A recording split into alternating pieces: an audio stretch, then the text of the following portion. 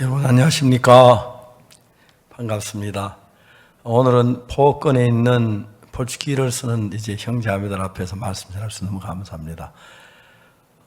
여기서 브라질까지 가려면 한 30시간쯤 걸립니다. 여기서 LA까지 가는데 13시간, 좀 쉬었다 LA에서 상파울로까지 가는데 한 13시간, 한 30시간인데 전파로 그냥 여기 브라질에서 간증하고 미국에서 노래하고 한국에서 말씀 전해서 너무 정말 좋은 시대가 된 것 같습니다. 여러분 이렇게 뵙게 돼서 감사하고 현재 모니터에 나와 있는 많은 젊은 분들이 있는데 여러분 앞에 이런 말씀을 전할 수 있는 얼마나 감사한지 모르겠습니다. 먼저 성경 말씀 읽겠습니다. 성경은 사도행전에 있는 말씀입니다.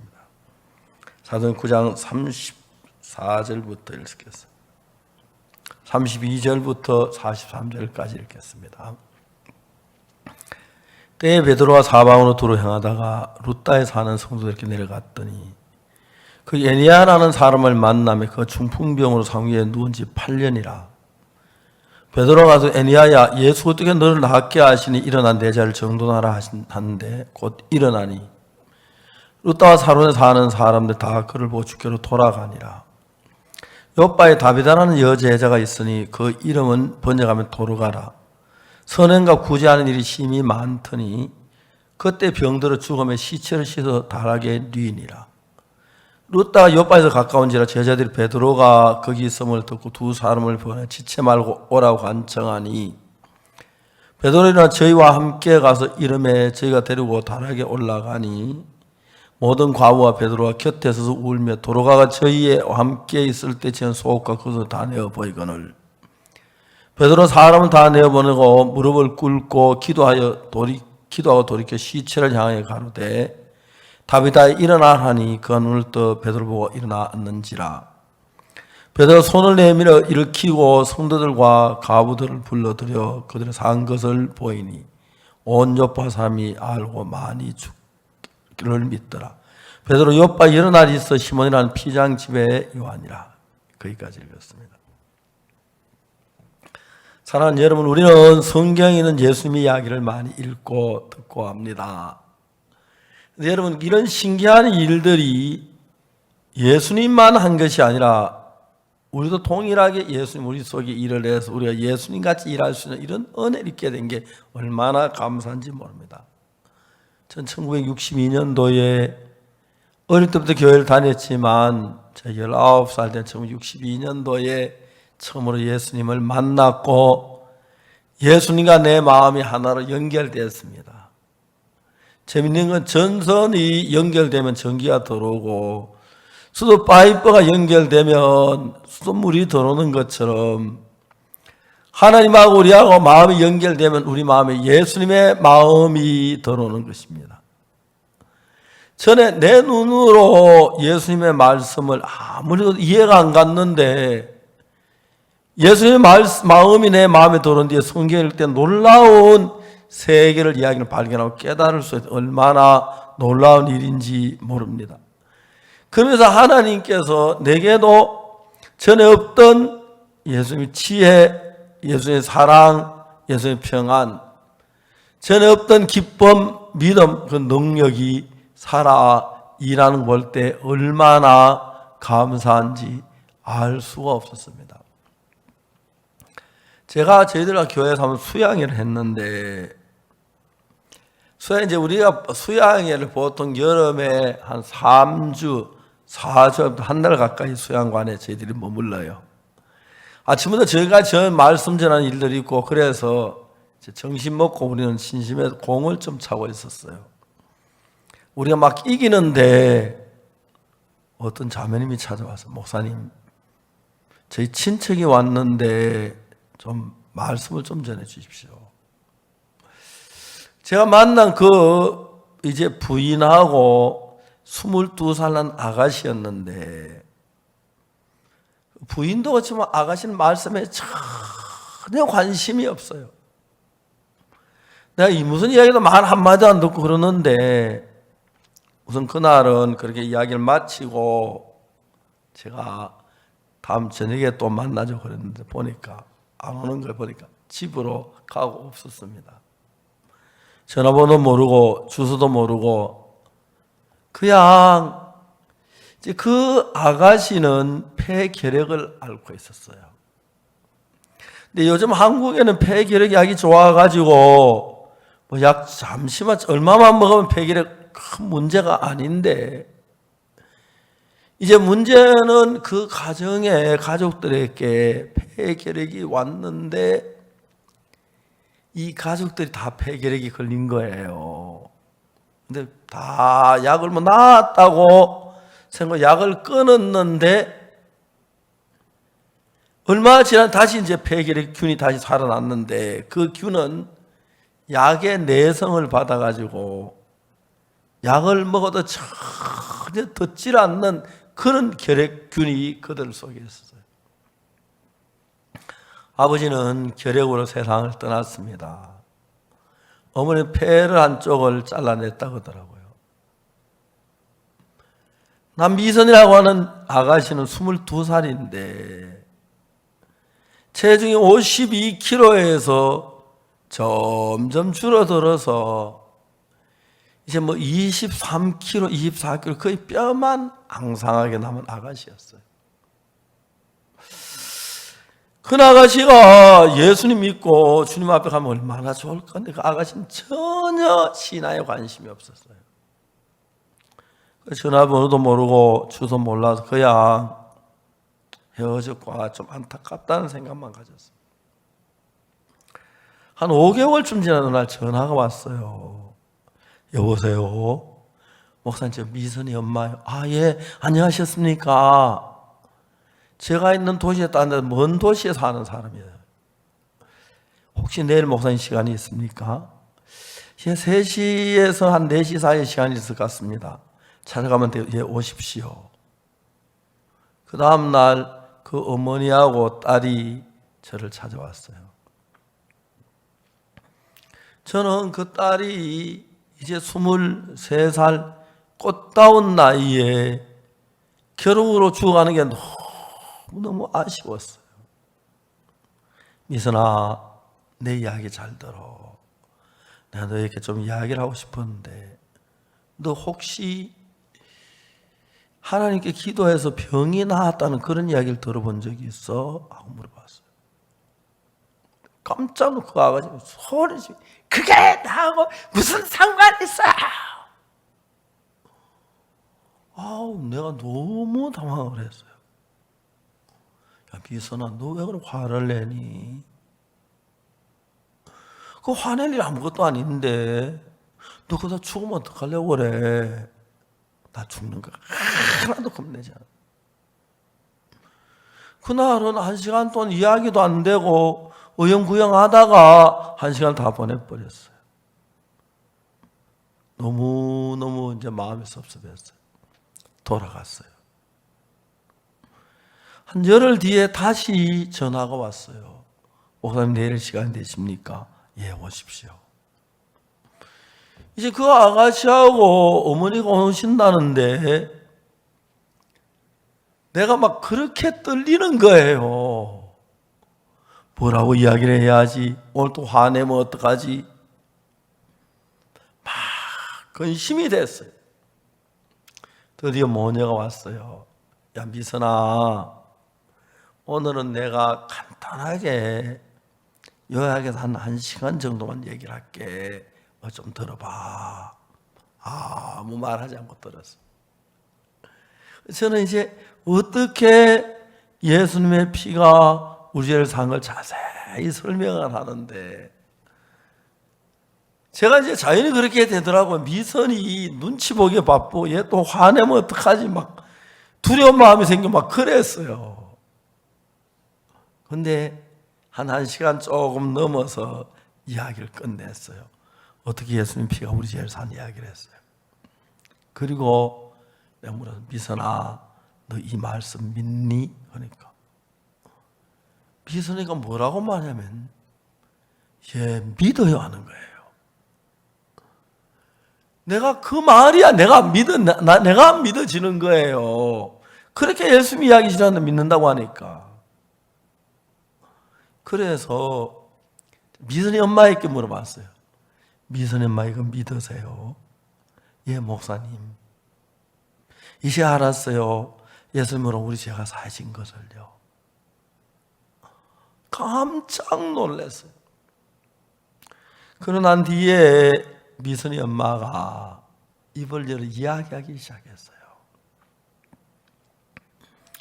그날 집에 돌아가서 그 다음날 병원을 갔는데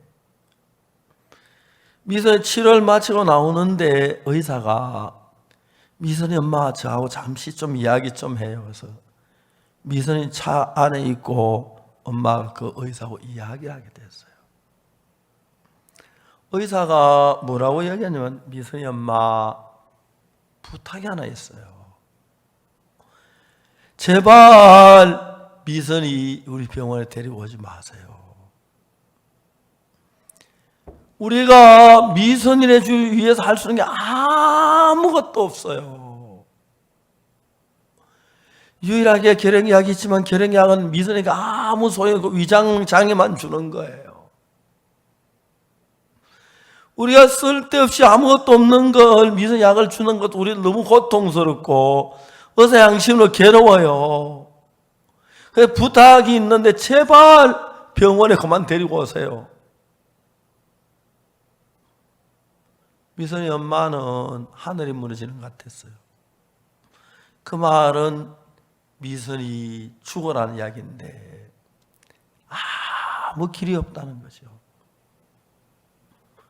차를 몰고 집에 가서 미선이 내려놓고 엄마는 걸어서 집을 나왔어요. 집을 나오는데 그때 막 비가 오는데 혼자 비를 맞으며 시내에서 울며 걸어 다녔어요. 미선아, 너 맞아가면 엄마는 어떻게 살라고 그래, 미선아? 왜 우리는 이런 불행을 타고 나왔어, 미선아? 차마 딸 앞에서 울 수가 없어서 많은 사람이 지나다니는데 그냥 비를 막 맞으면서 미친 사람처럼 시내를 걸어다니고 울었어. 울고 울었어. 사랑하는 하나밖에 없는 딸, 죽고 나서 세상에 살까 너무 어두울 것 같고 고통스러워서 사랑하는 딸을 보면서 죽어가는 것을 살리지 못한 자에 너무너무 안타깝고 견딜 수가 없는 거예요. 하루 종일 오후 내내 울면서 시내 길을 혼자 걸어 다녔어요. 저녁 때가 됐어요. 미선이 저녁이라도 차려줘야겠다고 집으로 돌아가려고 걸어가다가 깜짝 생각난 게 하나 있었는데 자기 아는 점쟁이 생각이 났어요. 그래, 그 점쟁이는 가면 미선이 살릴 길이 있었는지 몰라. 찾아갔어요. 나오더니 비를 맞고 온몸에 비를 맞고 깜짝 놀래. 왜 이래? 왜 비를? 나 오늘 비 좀 맞았어. 괜찮아. 타월을 줘서 머리를 닦고 물을 끼다 옷 위를 이제 다소 이제 좀 말리고 방에 들어갔습니다. 미선이 엄마가 얘기했어요. 내가 오늘 온 이유는 다른 게 아니야. 내가 무슨 일이라도 할 테니까 우리 미선이 살리는 방법만 가르쳐줘. 무슨 일을 시켜 다 할 테니까. 점쟁이가 웃으면서 말하기를 미선이 살리는 방법이 두 가지가 있다는 거예요. 그게 뭐냐고. 빨리 이야기하라고. 무슨 일이라도 하겠다고. 그러니까 점쟁이가 하는 말이 돈을 많이 들여서 구슬하라 그랬어요. 큰 신을 초청하는 제사를 주고 구슬하면 미선이가 신을 받을 수 있다는 거예요. 미선이 신을 받아가지고 점쟁이가 되고 무당이 되면 미선이가 살 수 있다는 거죠. 엄마 마음에 그래라도 우리 미선이 살려야 해. 우리 미선이 살아야 돼. 그런 마음이 막 들어있는 거예요. 그런데 한쪽에서는 우리 예쁜 사랑한 딸 무당 너무 싫다. 어떻게 우리 딸이 무당인데도 내버려 둘 수가 있어? 그래가 점쟁이께 물었어요. 아까 두 가지라고 얘기하지 않았느냐고. 내가 두 가지라고 했다. 하나는 구설 많이 해서 신을 받아서, 미선이가 신을 받아서 무당이 되는 길이고, 나머지 한 길은 뭐냐고 물어봤어요. 점쟁이가 웃으면서 예수님을 믿는 거라고 그랬어요. 점쟁이가 목사보다 전도 더 잘하더라고요. 그때 미선이 엄마가 그래, 우리 딸 무당을 만들기 싫다, 예수를 믿게 해야겠다, 막 그 마음이 일어난 거예요. 그날부터 미선이 엄마가 예수님께로 마음을 돌이켰어요.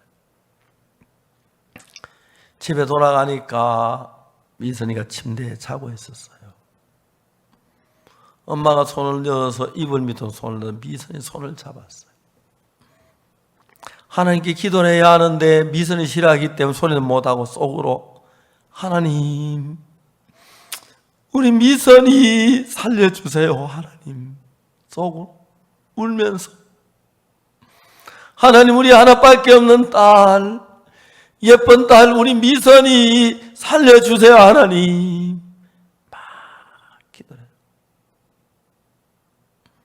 그래서 저녁을 차리고 미선이 한 저녁을 먹었어요.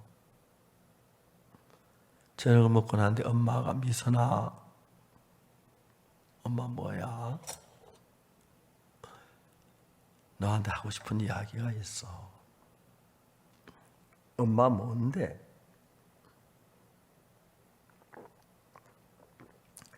미선아, 네가 내가 알아보니까 구설에서 신을 받아서 무당이 되면 네가 살 수가 있대. 그 얘기를 하니까 미선이가 뭐라고 말하냐면, 엄마, 나 무당 싫어. 너무 무서워, 엄마. 엄마, 나 무당 싫어. 너무 무서워, 엄마. 미선이 엄마가 미선한테 얘기했어요. 그럼 어떡하니? 너 아니라면 예수를 믿어야 한다는데. 뭐? 예수님? 나 예수님 믿을게, 엄마. 나 예수님, 나 무당 싫어, 엄마. 나 제발 무당 되라고 하지 마. 나 예수님 믿을게. 그런 일이 일어나면서 미선이 마음이 바뀐 거예요. 그래서 그날 저는 막 전에 같을 줄 알고 막 화내면 어떡하지 싶어서 막 조심스럽게 말씀을 전했는데, 어떻게 예수님 피로 죄가 사해지고 어떻게 죄를 씻고 한나라를 그 이야기를 했는데, 미선이 그날 죄 사함을 받은 거예요. 미선이가 이야기를 했어요. 엄마, 난 너무 신기한 게, 오늘 목사님 말씀 듣는 동안에 1시간이 훨씬 넘었는데 기침 한 번도 안 했다. 저는 같으면 기침 계속 했을 텐데 너무 신기해. 그리고 정말 그 미선이 모녀가 웃으면서 집으로 돌아갔어요. 그리고 한 두 달쯤 지났는데, 제 충남대학교에서 우리 행사에 있어서 대학 강당에서 제 메시지를 전하고 이제 뒷문으로 내려오는데 미선이 모녀가 저를 기다리고 있었어요. 깜짝 놀랐어요. 미선이 얼굴이 너무너무 좋아진 거예요. 사무실 같이 앉았습니다. 미선이 엄마 어떻게 사세요? 물어봤어요. 예, 우리는 조상들이 재산을 많이 물려주어서 그 재산을 허비하지도 않고 더 느리지 않고 그거 가지고 그냥 잘 살고 있습니다.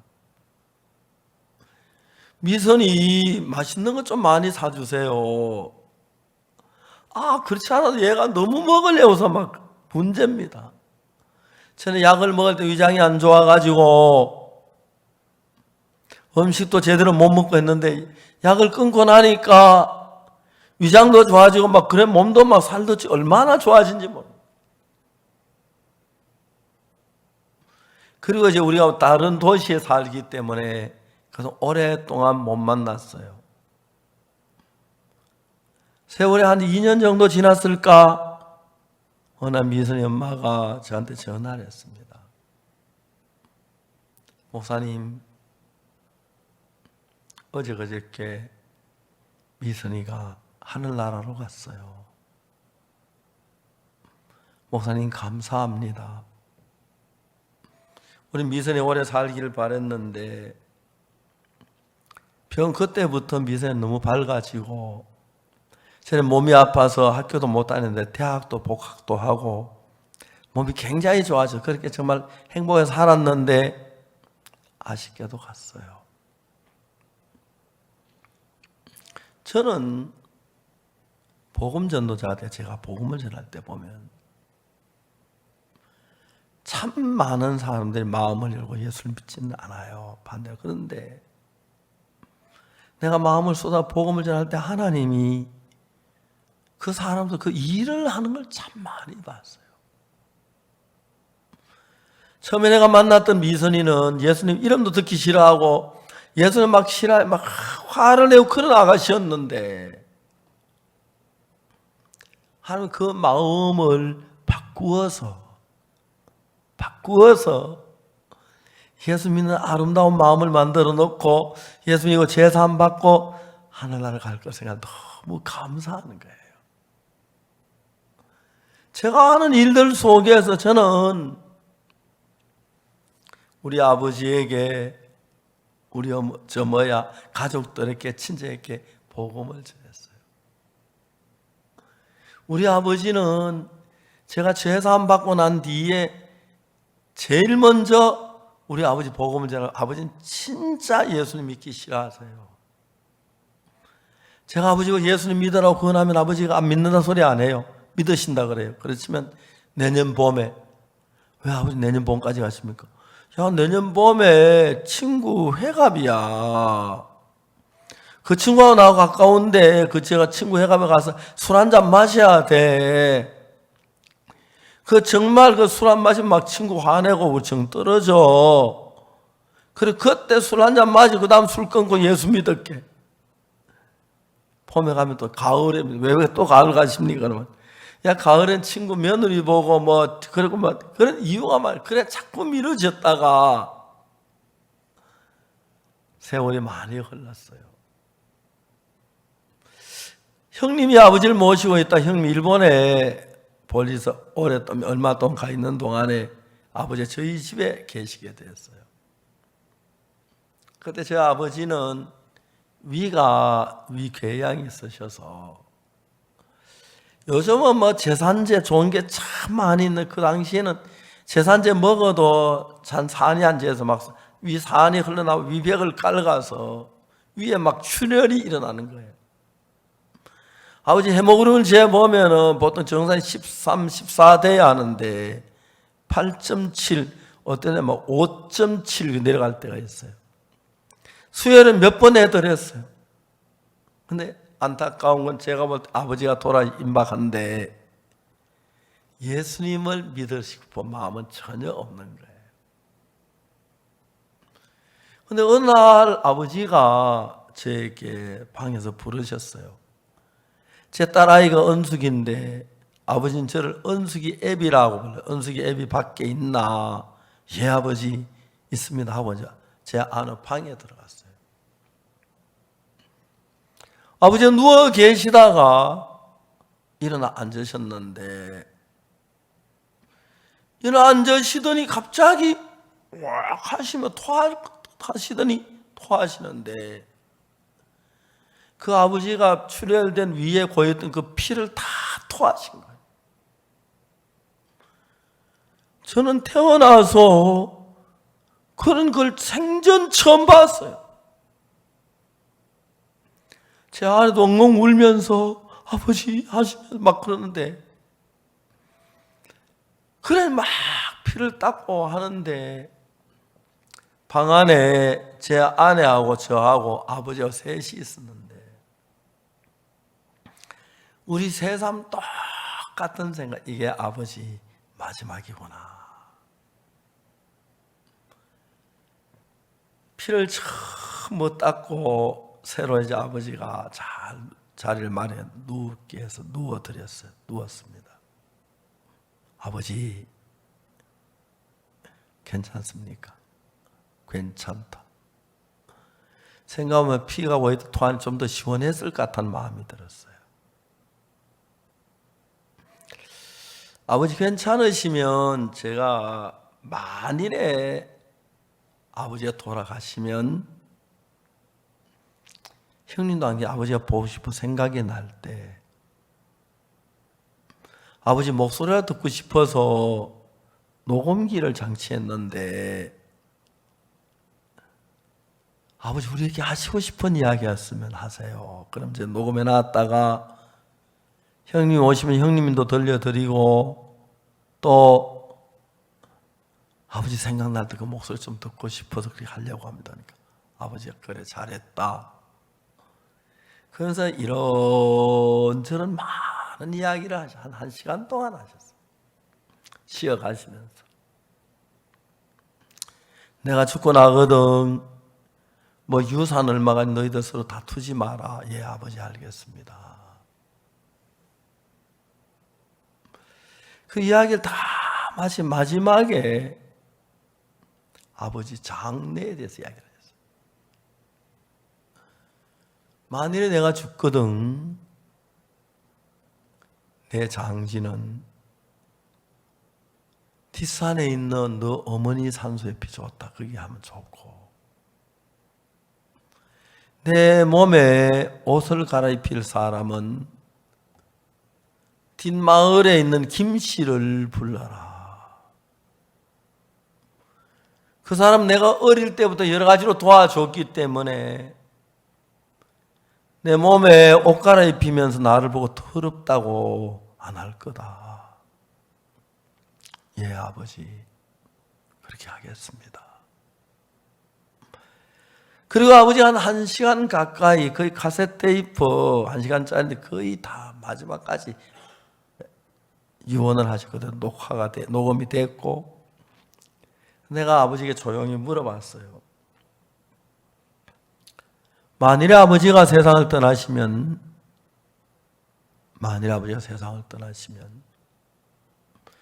아버지 말씀하신 그대로 우리가 장례를 치러드리겠습니다. 아버지 몸은 우리가 그렇게 뒷산에 어머니 곁에 모시면 되는데, 아버지 영혼은 어디로 가시겠습니까? 아버지가 그때 굉장히 두려워하셨어요.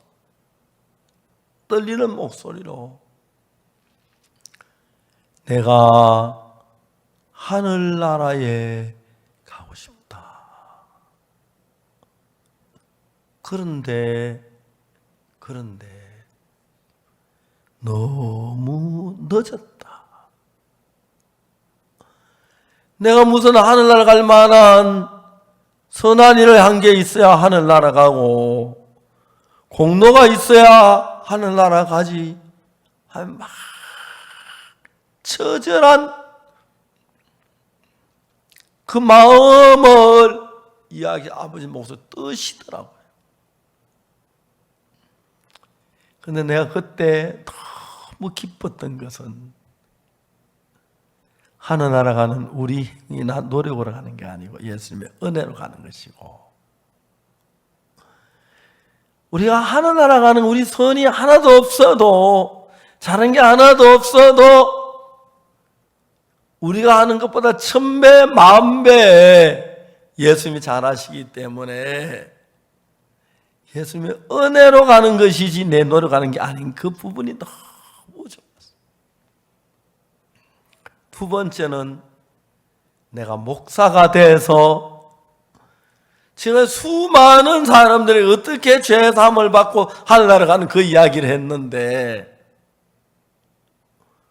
그 이야기 제 전공이니까 우리 아버지니까 얼마나 정성 들여 잘했겠습니까? 그래서 아버지께 이야기를 했습니다. 아버지, 세상에 죄를 짓지 않은 사람 아무도 없습니다. 인간의 노력으로, 인간의 수고로 자기 자신이 영원한 멸망받은 사람이 하나라는 손끝만 도움을 못 줍니다. 그래서 하나님이 예수님을 보내셨고 예수님에게 우리의 죄를 넘겨서 예수님 십자가에 못 박혀 피 흘려 죽으신 그 죽음이 우리 죄의 형벌을 받기 위해서 죽으셨기 때문에 그때 우리 죄가 사해졌고 그걸 믿음으로 받아들이면 된다는 이 구원에 관한 이야기를 했습니다. 아버지가 너무 기뻐하면서 그날 아버지가 저 죽음 앞에 아무한 일이 없지만 예수 십자가에 흘린 그 피가 아버지 죄를 사한 사실을 믿음을 받아들임으로 아버지 죄 사함을 받은 것입니다. 생각하면 너무너무 감사해요. 지금도 그때 생각하면 제가 감사한 게 아버지가 하나님 누워서 혼자만 감사합니다. 예수님 감사합니다. 내가 받을 죄를 대한 십자가에 못 박혀 그 피를 흘린 내 죄를 사한 감사. 그 간증 혼자말로 하시더라고요. 아버지가 고향이 저희 사는 집에 좀 멀리 떨어져 있는데 그날 병원 앰뷸런스를 빌려가지고 아버지 고향 태어나신 그곳에서 세상을 떠나시도록 고향으로 모시고 왔어요. 밤에 코를 덜덜 주무시더니 아침에 잠이 깨셔서 무슨 말씀을 하시냐면 야, 내가 어제 이 대구에서 여기까지 오는데 그 먼 길을 그 앰뷸런스인가 그 차가 너무 평안하게 와서 정말 나 오는 게 힘들 줄 알았는데 평안했다, 기쁘다. 너희들 찬송 좀 불러줄래? 우리 아버지 전혀 안 스큰 말씀. 우리 기쁨으로 눈물 흘리면서 아버지가 찬송을 불렀습니다. 아침 식사 후에 아버지가 여기 아버지 그곳에서 태어나셔서 한평사한테 거기서 이제 세상을 떠나시게 됐는데 친구들 하나하나 불러오라 그랬어요. 우리 와서 아버지 친구들 한 분 한 분을 모셔왔습니다. 아버지가 친구들을 부릅니다. 내가 우리 둘째 아들 저 은숙이 애비 믿는 예수님 믿고 죄사함 받고 하늘나라 가네. 자녀들도 우리가 어릴 때 같이는 얼마나 우리 같이 재미가 있었나. 제발 내가 부탁하는데 우리 은숙이 애비 믿는 예수님 믿고 하늘나라로 오세. 거기서 만나 또 즐겁게 지나세. 그러고 난 뒤에 아버지가 그날 친구들 다 보내 저녁이 됐는데 주무셨어요. 주무시다가 그 이튿날 아침에 주무시는 가운데서 숨이 멎으셨어요. 저는 아버지가 세상을 떠난 게 너무 참 한쪽으로는 슬프지만 죄산 받고 하늘나라가 계실 걸 생각 너무 행복한 거예요. 그래서 저는 아버지 앞에 잘못한 것도 많고 근데 형님이 아버지 한평생 모시고 살았는데 일본 가서 비행기 표가 자리가 없어요. 표는데 자리가 없어서 아버지 돌아가실 때 못 보고 오셔서 형님 막 그렇게 슬퍼했어요. 난 참 불효자다. 전 속으로 나는 효자다 생각. 아버지 하늘나라 돌아가시고 막 손님들이 매일 찾아와서 하루 종일 손님을 맞았어요. 제가 12시쯤 돼 손님이 다 떠나왔는데 혼자 처음으로 방에서 나와서 뒤뜰에 하늘의 별들을 봐서 별이 반짝반짝 비치는데 맨 땅에 무릎을 꿇고 기도를 해서 하나님 고맙습니다. 우리 아버지가 제사 받도록 이끌어 주셔서 정말 고맙습니다. 이제 제가 하나님 복음만 위해 살겠습니다.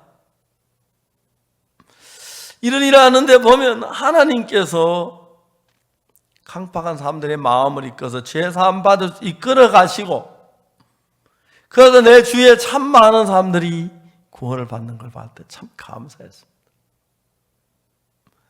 제가 2020년 돼서 부활절 날 저희들이 옛날엔 저희들 코척 스카이돔이라고 해서 실내 야구장이 있는데 그냥 한 3만 명 정도 모일 수 있는 장소인데 우리 거기에서 늘 부활절 행사를 했어요.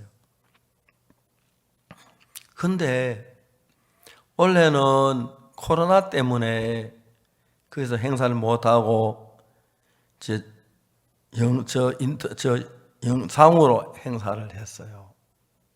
근데 매 시간에 접속되는 사람들이 200만 명씩 접속했어요.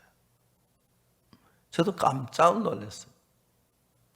그리고 5월 달에 저희들이 집회를 했는데 제가 90분짜리 설교를 11시간 했는데 그게 이제 전 세계에 이제 방송 나가면서 사람들이 그 말씀 많이 구원을 받은 거예요.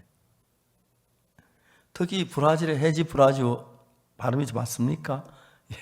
그 방송국에서 아주 친해졌어요. 저희 방송을 해주고, 그리고 또 제가 이제 3번 인터뷰를 했는데 그중에서 이제 마지막에 제 개인 다큐멘터리 찍겠다고 이제 10월 달 오겠다고 그렇게 방송 약속을 했어요. 너무너무 감사해요. 브라질에도 코로나 환자들이 많이 일어났는데 그분들에게 가장 소망되는 말씀이 무슨 말씀인가? 사람들은 한 번씩 죽음을 맞게 되는데 내가 예수님 앞에 죽음 앞에 설 때 가장 중요한 것은 내 모든 죄를 씻고 깨끗한 마음으로 하나님만 얼마나 영광스럽고 좋겠습니까? 근데 우리가 그렇지 못하는 것은 인간으로 살다가 보니까 어느 누구도 죄를 짓지 않아서 아무도 없는데 그 죄를 가지고 지고 내가 주 하나님 앞에 선다면 얼마나 불행하겠습니까? 근데 성경을 읽어보니까 성경이 뭐라고 얘기하냐면은 너무 성경이 놀랍게 얘기하는 거예요. 저는 이번에 제가 집회를 하는데 많은 목사님들이 제게 질문합니다. 요한일서 1장 9절의 말씀을 가지고 질문하는데 만일 우리가 우리 죄를 자백하면 저는 미쁘시고 어로사 우리 죄를 사하시며 모든 불이 깨끗게 하시고, 여기서 그래서 우리가 죄를 용서 고백하고 그러므로 죄가 씻어진다고 생각하는 분들이 많습니다. 저는 그런 분들에게 뭐라고 얘기하냐면은 성경 이야기를 합니다.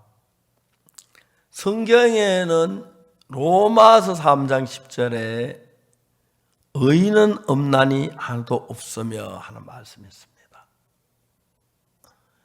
성경에 의인은 한 명도 없다고 이야기를 합니다. 그 성경만 아는 사람은 의인이 있다고 얘기하면 틀렸다고 이야기하겠지요. 또 다른 한쪽에는 의인이 있다고 이야기를 하는 거예요. 창세기 6장에 노아는 의인이요 그랬습니다. 로마서 1장에 오직 의인은 믿음으로 말미암아 살리라 하고 17절에 의인은 없는데 의인이 있다는 이야기가 나와요. 그 다음에 또 한 가지 성경 말씀이 너무 재밌는 것은 우리가 죄인인데 의인이 되는 과정이 성경에 기록되어 있어요. 그게 로마 3장 23절 24절인데 로마 3장 23절에 보면은 모든 사람이 죄를 범하였으며 하나님의 영광 이르지 못하더니 23절 우리가 분명히 죄인이에요. 죄를 범했고 하나님의 영광 이르지만 하늘나라 못 가니까 죄인인데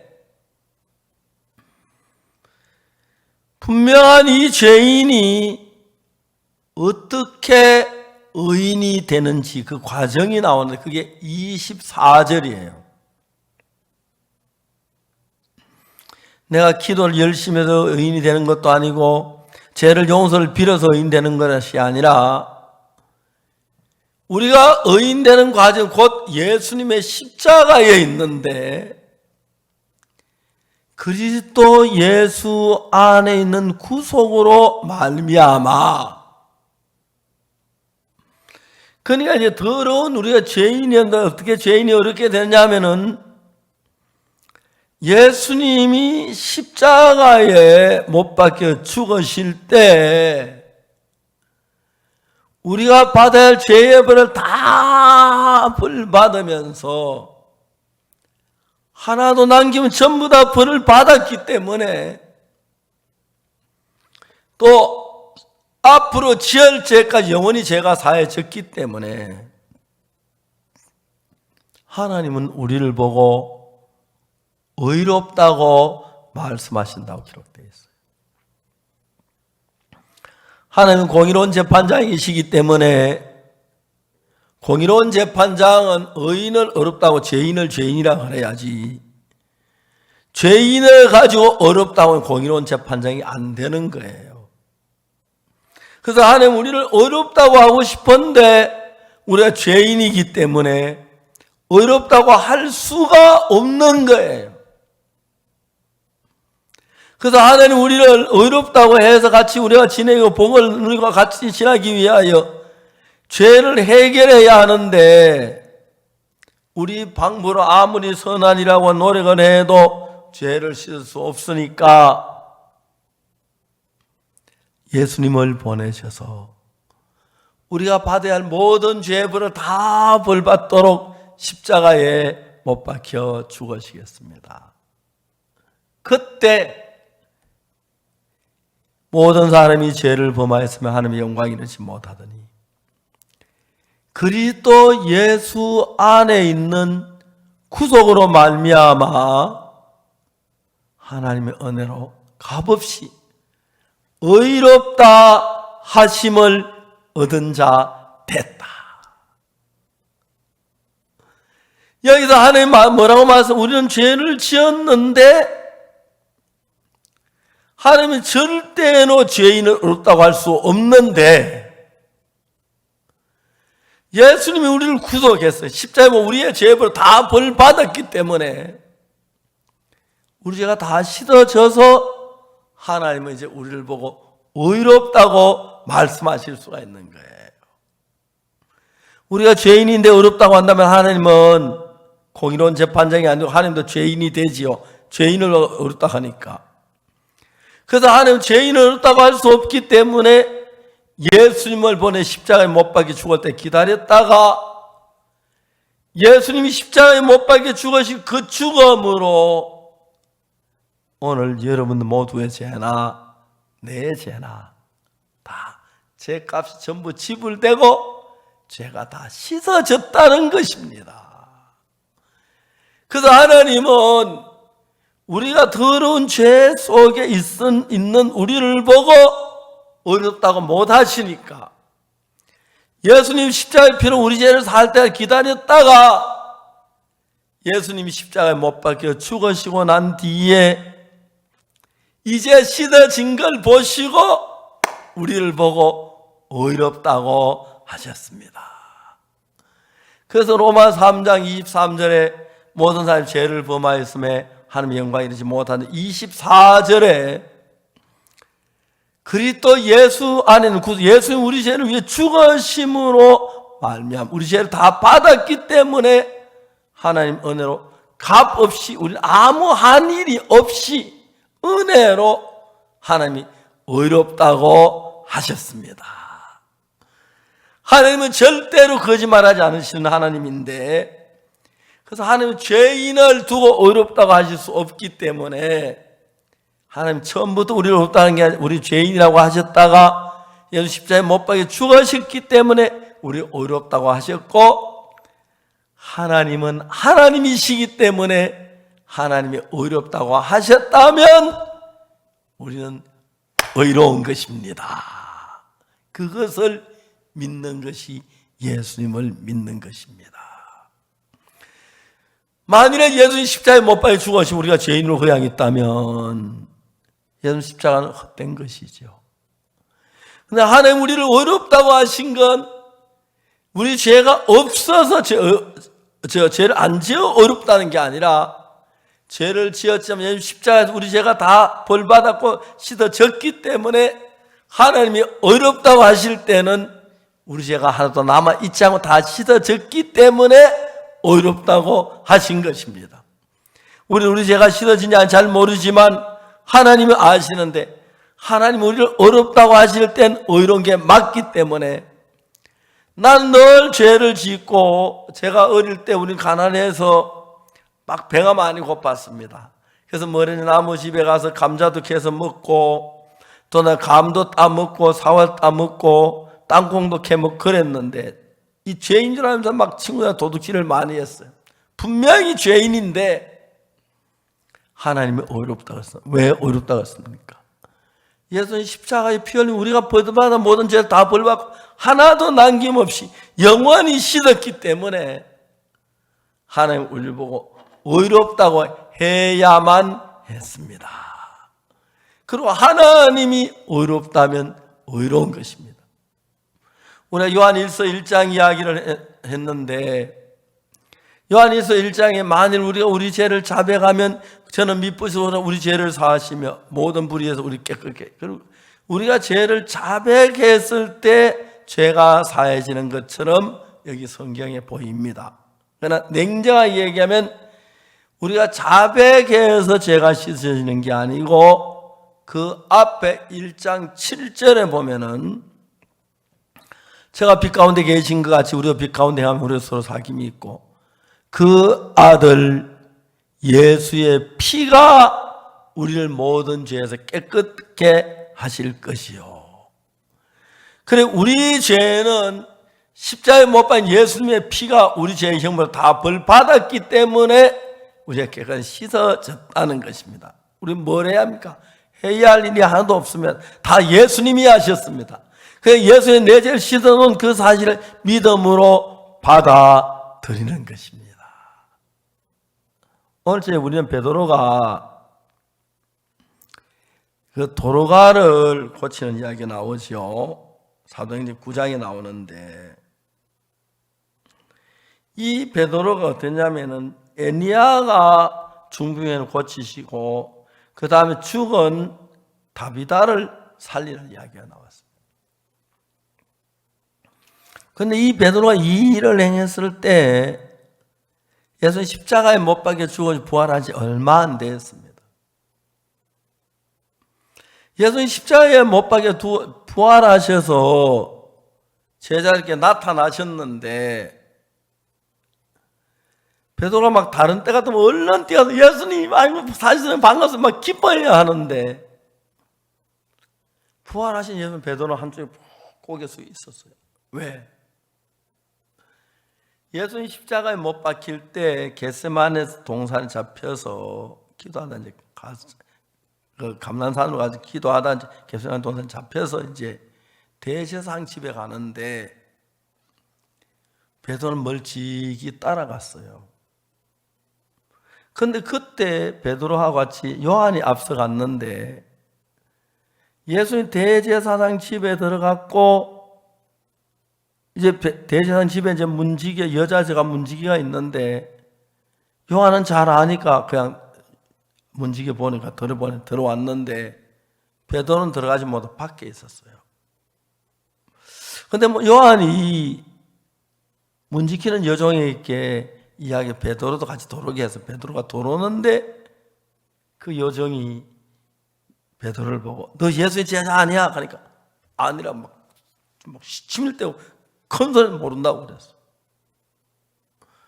그래서 이제 베드로가 가서 이제 마당에서 사람들, 하인들이 숯불을 펴놓고 쪼이는데 베드로 날씨가 추워가지고 숯불을 쬐고 있는데 숯불이 밝으니까 얼굴이 비치니까 사람이 너 예수님 제자 맞은데? 그러니까 아니요, 난 그건 누군지 알지도 몰라 하면서 예수님 막 저주하고 그랬어요. 그래 이제 3번이나 예수님 부인하고 난 뒤에 닭이 꺾여 하고 그랬어요. 예수님이 베드로에게 다 울기 전에 네가 나를 3번 부인하, 그 생각이 나서 밖에 통곡을 한 거예요. 베드로는 주님 십자가에 못 박히러 가기 전에 예수님을 3번 부인한 그 죄가 남아 있어가지고 늘 베드로 마음을 무겁게 했어요. 그런데 예수님 부활해가지고 막 제자들은 방에 나타나셨는데 딴 사람은 딴 데가 제배를 제일 먼저 예수님 부활해서 반갑습니다 막 그래야 하는데 내가 예수님을 3번에 부인한 인간이 무슨 면목으로 예수님 앞에 설까? 도저히 설 면목이 없는 거예요. 그래서 예수님이 떠나가시고 난 뒤에 베드로가 생각했어요. 막 절망이 찾아오는 거예요. 내가 무슨 예수님의 제자야. 내가 예수님 3번이나 부인하고 내가 무슨 예수님 제자야. 너무 양심이 찔리고 눌리는 거예요. 베드로가 말해요. 속으로. 사탄은 베드로에게 네가 예수님 무슨 제자야 아니야. 너는 할 수 없어. 버려 나가. 그러니까 베드로 사탄의 음성을 듣고 내가 그동안 3년 동안 미친 척 했지. 난 예수님 제자 될 자격이 없어. 예수를 3번이나 부인하고 어떻게 제자라고 말해? 말도 안 돼. 베드로는 마음을 바꾸었습니다. 내가 무슨 예수님의 제자야? 아니야. 그러면서 베드로는 어부야 난 고기 잡으러 가겠다고 갈릴리 바다에 고기를 잡으러 갔어요. 이제 다 잊어버리고 고기나 잡아먹고 살다 죽지 뭐.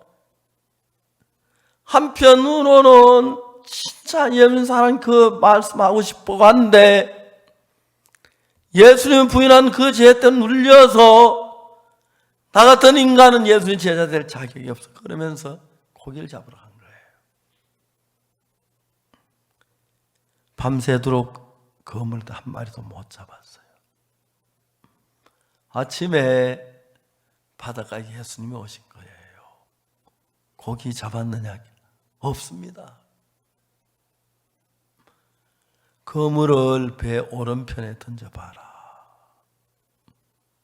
던지고 고기가 너무 안 잡혔어요. 제자가 예수님이야. 베드로 얼른 나와가지고 보니까 바닷가에서 예수님이 숯불을 피워 놓으시고 떡을 구워 놓고 물을 넣고 기다리고 계셨어요. 예수님 맞아서 같이 아침을 먹는데도 베드로 마음에는 예수님을 3번 부인한 죄 때문에 얼굴을 들 수 없고 부끄럽고 할 말이 없는 거예요. 근데 예수님은 베드로에게 물었어요. 요한의 아들 시몬아, 네가 이 모든 사람들보다 나를 더 사랑하느냐? 베드로 예수님의 말씀을 듣고 보니까 자기가 예수님을 사랑하는 마음이 그 속에 있는 거예요. 베드로 마음에 참 예수님을 사랑하는 마음도 있고 예수님 부인한 죄도 있고 그래서 사탄은 베드로로 하여금 예수님을 부인한 그 죄, 네가 무슨 사도야, 예수님 3번 부인했고 안 돼, 넌 그냥 고기나 잡으러 가, 예수님 제자하지 마, 떠나가, 그렇게 막 베드로 마음에 소리 질렀어. 그래서 베드로는 눈물을 머금으면서도 자기는 예수님의 제자가 될 자격이 없다고 다시 고기 잡으러 돌아갔는데 예수님이 오셔서 그 이른 새벽에 오셔서 숯불을 피워놓으시고 고기를 구워 떡을 구워놓고 물을 준비하고 식사를 하셨. 요한의 아들 시몬아, 네가 이 모든 사람은 나를 더 사랑하느냐? 베드로 마음에 보면 틀림없이 자기가 예수님을 사랑하는 마음도 있어요. 또 다른 한편으로 보면 예수님이 죄 짓고 거짓말하고 악을 저지르고 도둑질하고 잘못 죄가 있어요. 여러분, 우리 똑같은 우리의 이야기가 거기에 나오는 거예요. 여러분들 마음에도 정말 날 위해 십자가에 못 박힌 주님, 뜨겁게 내가 주를 위해 살고 싶고 주님만 내 자신 드리고 그 사랑하는 마음이 있어요. 그러나 한편으로 여러분이 저지른 잘못된 죄 때문에 주님 앞에 서기에 두렵고 부끄러운 그런 마음들이 두 가지가 우리 마음에 있는 거예요. 사단은 우리 마음에 내가 주님과 죄를 짓고 악을 행하고 도둑질하고 막 잘못한 그 죄 때문에 그걸 자꾸 부추겨서 네가 무슨 예수님의 제자야, 네가 예수님 사람 말하지 마, 너는 저 더러운 놈이 안 돼, 막 그런 마음으로 우리를 이끌어갔어요. 근데 예수님은 그렇지 않으셨어요. 그런 베드로에게 오셔서 예수님, 네가 왜 나를 부인했느냐 이놈아, 나를 부인하지 마, 내가 그런다고 그랬잖아, 왜 부인했어? 그렇게 말씀하지 않았어요. 네가 이 모든 사람 나를 더 사랑하느냐?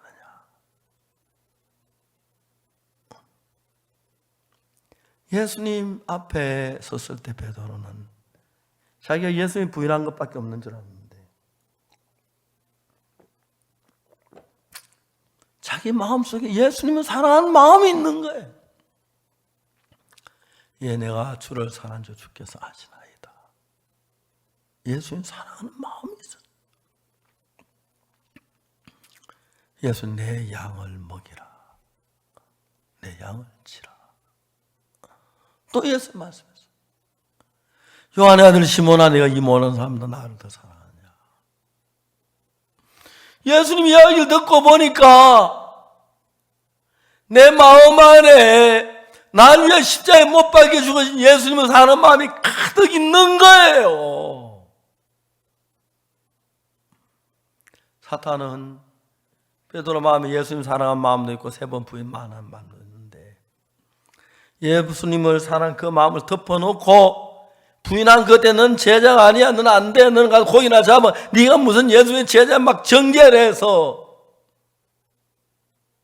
아무 일도 못하게 만들었는데 예수님 그 베드로를 찾아가서 내가 십자가에 못 박혀 죽을 때는 그 죄도 씻었어, 나 부인한 죄도 맞잖아요. 그렇지, 우리 모든 죄를 씻었기 때문에. 네가 나를 사랑하느냐? 요한의 아들 시몬아, 네가 이 모든 나를 사랑해. 그 말을 듣고 보니까 베드로 마음에 예수님 부인한 죄만 있는 것이 아니라 예수님을 사랑하는 마음이 거기서 막 사랑하는 걸 느껴요. 사랑하는 여러분, 우리가 날 위해 피를 흘리고 내 죄를 위해 못 박혀준 예수님 사랑하지 않는 사람이 누가 있습니까? 그런데 사탄은 우리 마음에 실수한 그걸 들고 나와서 자꾸 예수님 같이 있지 못할 것처럼 우리 마음을 몰아갔습니다. 예수님이 오셔서 내 양을 먹이라, 내 어린 양을 먹이라. 그때 베드로 예수님의 마음을 알았습니다. 그리고 예수님 부인한 모든 죄 십자가에 못 박혔던 것 제가 다 해결된 걸 알았습니다. 예, 주님, 그렇다면 나도 주를 위해서 일하겠습니다. 예수님 부활을 증거하겠습니다. 예수님 부활에도 외치겠습니다. 내가 이제 하나님 일을 하겠습니다. 사단은 우리 속에 이런저런 정죄를 두어서 예수님 거리를 멀게 하려고 하고, 예수 우리 속에 예수님 사랑하는 마음을 이렇게 주의 일을 하더라고. 그래서 그는 예수님 성천하신 뒤에 부활한 예수님 만나면서 자기 마음에 예수님 부인한 그 부분 다 씻음을 받았고 십자가의 피로 예수님을 위해서 살고 싶은 마음이 드러났어요. 오순절날 성령의 충만을 받고 하루에 3,000명, 5,000명 구원받고 성전 미문에 있는 안전병이 일어나고 애니아가 나왔고 도로가가 죽은 살아난 이런 놀라운 역사를 하나님 그에게 행하셨습니다. 너무 놀라운 거예요. 여러분, 그 베드로처럼 우리 죄 잘못을 보고 양심의 가치를 먹고 나는 안 돼, 내가 무슨 일을 해, 그러면 베드로처럼 갈릴리 바다 고기 잡으면서 예수 말 아무 일도 할 수 없습니다. 일본의 예수님은 베드로를 찾아 갈릴리 바다에 가셔서 베드로 마음 안에 예수님 사랑하는 마음을 일으키고 그 사랑하는 마음을 세우고, 베드로 마음에 자기 잘못한 것 때문에 예수님 부인한 그런 것들 십자가의 피로 다시 잊어버리게 하고, 그때부터 베드로는 능력 있는 하나님의 일꾼이 될 수가 있습니다. 오늘 여러분 모두도 그렇습니다. 하나님 믿는 믿음을 가지고 예수님 십자가의 내 죄를 사하셨기 때문에 이제 우리가 힘있게 하나님의 일을 하고 한 사람 마음을 가지고 나가면 여러분 모두는 베드로처럼 능력 있는 사람이 될 것입니다. 반대로 여러분 실수한 걸 꺼지면 나는 예수님 부인했어, 난 정말 예수님 3번에 부인했어, 내가 무슨 일을 해, 난 못해 하며 뒤로 물러가면 주님이 기뻐하지 아니하실 겁니다. 사탄은 근데 오늘 얼마나 많은 사람들의 마음에 예수님이 일할 수 있는 그 마음을 다 무너뜨리고 자기 정죄에 빠져서 늘 죄인입니다, 죄인 하는 사람들이 많습니다. 안타깝건 예수님 십자가에 우리 모든 죄를 다 사했는데도 오늘도 사실 죄를 용서해 달라고 비는 사람이 얼마나 많은지, 죄인이라고 고백한 사람이 많은지 주님이 가장 싫어하십니다. 주의 십자가는 우리 모든 죄를 끝을 냈습니다. 영원히. 그래서 주님이 다시 주님 앞에, 여러분 주님 앞에 내가 죄인인데 그 소리 하는 싫어하고, 내가 전에 더러운 죄인이여 내 죄를 씻은 주님이 감사합니다. 그럴 때 주님이 가장 기뻐하시면서 여러분 속에 살아 역사하실 겁니다. 오늘도 사탄은 여러분 한 사람까지 막 유혹을 해서 너 이런 잘못했지, 이런 일을 했지, 너 잘못했지, 거짓말했지, 도둑질했지, 간음했지, 그러니까 네가 무슨 하나님이 일을 해, 그러면서 우리를 아무것도 못한 다시 죄 속에 빠뜨리려고 합니다. 그러나 예수님은 그렇게 말하지 않습니다. 그 모든 죄 십자가에서 씻었어, 너 정말 나를 사랑해, 내 양을 먹여, 그렇게 말합니다. 그래서 베드로는 그날부터 하나님의 귀한 종이 되었습니다. 여러분은 이 시대에 베드로입니다. 오늘 여러분과 누구든지 간에 여러분 잘못을 가지고 부끄러워하고 주님 앞에 나아가지 못하고 어둠 속에 빠지면 사탄에 끌려 다닐 수밖에 없습니다. 우리 가운데 허물 없는 사람 없고 죄 없는 사람 아무도 없습니다. 그러나 예수님 십자가에 피는 그 모든 죄의 값을 갚아주셨습니다. 이제 주의 십자가를 바라보면서 담대히 나가면 여러분 누구든 이 시대의 베드로가 돼서 여러분의 하나님이 역사하셔서 많은 영혼을 구하는 큰 능력의 일꾼이 될 것입니다. 우리는 포르투기를 쓰는 브라질 그 외에 몇몇 나라가 있는 걸 압니다. 제 선교에서는 이 선교 포르투기 쓰는 나라에 더 많은 선교사를 보내고 또 그 나라에 좋은 선교사를 길러서 훌륭한 일꾼을 만들고 싶어 합니다. 물론 포르투기만 그런 게 아니지만은 특히 브라질에서 특별한 하나님의 은혜로 저희 선교가 굉장히 가까워져서 코로나 끝나면 제일 먼저 브라질 가서 여러분 얼굴 보고 싶고 또 해지 브라질 가서 방송도 하고 싶고 그쪽에서 직원들이 전부 제가 그 방송하는 동안에 막 댓글들이 많이 올라 좋아하고 또 제 다큐멘터리 만든다고 세상에 그렇게 적극적으로 도와주신 분은 브라질, 해지 브라질밖에 없어서 감사하게 생각합니다. 그래서 빨리 코로나 끝나 여행할 때 브라질까지 30시간 비행기 타고 가서 여러분 대하고 싶고 또 여러분과 함께 주의 사랑을 나누고 행복하게 보내고 싶었습니다. 그런데 오늘 제 선교회에서 포르투기스는 여러분 앞에 말씀 전할 시간 주셔서 너무 감사한데 크신 하나님의 은혜가 여러분 속에 넘쳐서 포르투기스는 많은 민족들이 그 포르투기로 말미암아 복음이 전파돼서 하나님이 가장 기쁘게 하는 여러분 되시기를 바라고 마지막으로 말씀드리고 싶은 건 여러분 속에 허물 없는 사람 아무도 없습니다.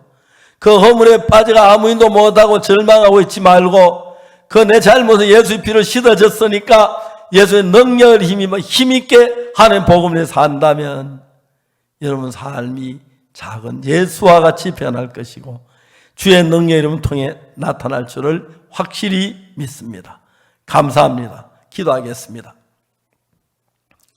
사랑하는 거룩하신 하나님 우리 아버지 앞에 감사를 드립니다. 우리가 죄악으로만 영원한 멸망을 당해야 하는데 예수 십자가의 피가 우리 죄에 속해 주셨고 그 사실을 몰라 여전히 죄 속에 빠진 사람들이 많은데 그 말씀을 깨닫고 제사함 받게 돼서 감사합니다. 브라질뿐 아니라 포르투기를 쓰는 모든 나라에 축복해 주시옵소서. 그 나라 국민들이 이 귀한 말씀을 듣고 제사함 받아서 이 시대의 베드로가 되어서 내 잘못점을 십자가를 끝내고 주의 능력 속에 힘있게 하나님 복음을 전하는 시대 베드로 되도록 축복해 주옵소서. 오늘 이런 시간 주셔서 감사합니다. 브라질을 그 외에 포르투기스 나라를 축복해 주시기를 빕니다. 오늘 이 자리에 모두에게 하나님 크신 은혜와 축복이 넘치길 빕니다. 우리 주 예수 그리스도 이름으로 기도드리옵나이다. 아멘. 여러분 감사합니다. 이제 제가 브라질에 가서 여러분 뵙고 싶습니다. 화상으로 직접 보고 싶은데 대단히 감사합니다.